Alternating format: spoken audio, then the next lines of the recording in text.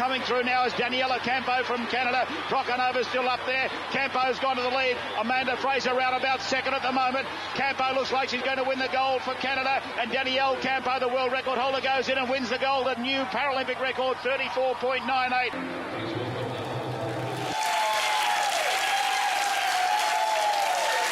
Welcome back. All right.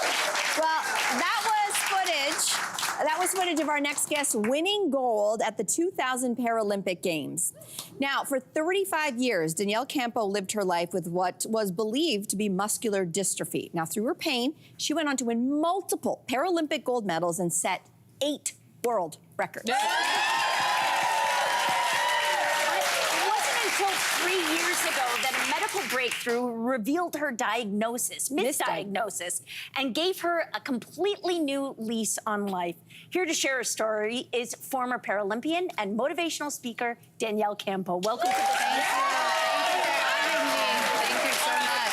So let's dive into this conversation, Danielle. So you were initially diagnosed with muscular dystrophy at the age of 2. Talk to us about how that shaped your early years. Yeah, so I come from a very sports-oriented family, 2 older brothers. My mom and dad noticed that when we would go for a walk at the end of the day and put my hands up and ask to be carried, or you know how toddlers do that amazing squat where their bum is like 1 centimeter off the ground? Yeah. I never did that. So my mom brought me to the family doctor, which led to going to a specialist. The specialist took one look at me and said, your child has muscular dystrophy. My family shares their life shattering. And it was at that moment that we now had to navigate living with a disability. Right. So can you tell us a little bit, you came to swimming at first as a form of physiotherapy. So can you tell us the journey from that to becoming the top of your sport? Absolutely. So from the diagnosis, my parents took that positive approach. How do we focus on those good muscles? We'll give attention to those weaker muscles, but we're gonna build those good muscles. They put me in the water and I loved it. I was free, there were no barriers. I was faster than my older brothers, which was really fun. And I set that goal that I want to go to the Olympics. And when I understood what a disability was, I said, great, I'm going to the Paralympics. Wow, that's incredible. Unbelievable. So we want to fast forward big time because just about 3 years ago, you were hospitalized. You were having complications after giving birth to your 3rd child. And that is when a doctor made a life-changing discovery. So what happened? So I had a beautiful baby girl. We were ecstatic. Her birth was perfect. My recovery was everything but. After complication after complication, I ended up going septic. And so it was the fight for my life. I had a 10% chance of survival. And I knew I was a mom and I was getting back to my family. So that will to survive became Olympian. And I fought to get back to my kids. And throughout my coma, I was in a coma, and doctors were doing medical tests, and my specialist in Ottawa was watching all of these medical tests and seeing the new tests and the information. She was able to compare what we had from the past and able to make this final diagnosis of spinal muscular atrophy. Wow. Whoa. Okay. Whoa, so can you explain some of the similarities and differences between muscular dystrophy and spinal muscular atrophy? Yeah, so neuromuscular disorders, which muscular dystrophy and spinal muscular atrophy are, there's over 160 different types. Okay. So every day there's new genetic testing coming out to give you that really important title of exactly what puzzle piece do you have and what does that mean? So muscle weakness is often seen, but it isn't until you get into those more deeper tests that you can know what exactly does this mean. Right. I can't imagine getting a diagnosis later on in life that you actually have spinal muscular atrophy and that it's in fact also genetic and that you passed it on, your son inherited it. So talk to us about that moment.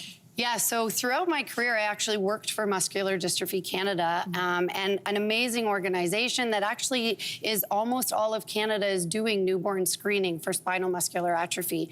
So when I heard my doctor share with me, you have spinal muscular atrophy, I dropped thinking about myself and I went to, wait, this is genetic. And in that moment, I knew my 2nd child had shown signs where he had those floppy legs when you changed his diaper, so he wasn't holding his legs up. And I'd bring that to the doctors and they'd say, it's in your head, right? Wow. And so I went from that moment to, it's not about me anymore, it's about him.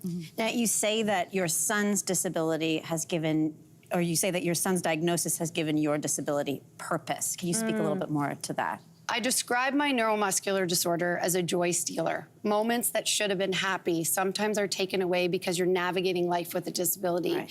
I was devastated with his diagnosis, but I thought for a minute, maybe this is why. Maybe this is why I went through bullying. So when he comes home, I'm gonna know how to be right there. Or when he says, Mommy, my legs hurt too much to do this, I'm gonna say, let's wiggle our toes like this. Or I'm gonna park that van at the right spot so he doesn't have to worry about the curbs or getting into a building. So I thought, maybe there was purpose for this pain. Wow. Wow. So you say since your re-diagnosis, you're living in a whole new world now. What is life like for you today? Life is amazing. It's busy. 3 kids under 8, like, ooh, right? Wow. That's its own Olympics. And I'm so grateful for the amazing work. I'm so proud to be Canadian. I'm so grateful for the amazing work of organizations like Muscular Dystrophy Canada, where they're doing research. They're finding treatments. They're finding different ways so that I can live that full life. And my husband and I can live in our circus and enjoy every moment of like, family dinners are important, right? But woo, it's survival at our house. That's true. Well, unbelievable. It's amazing to see you here today. And Danielle, thank you for sharing your story. Thank you. So nice to be here.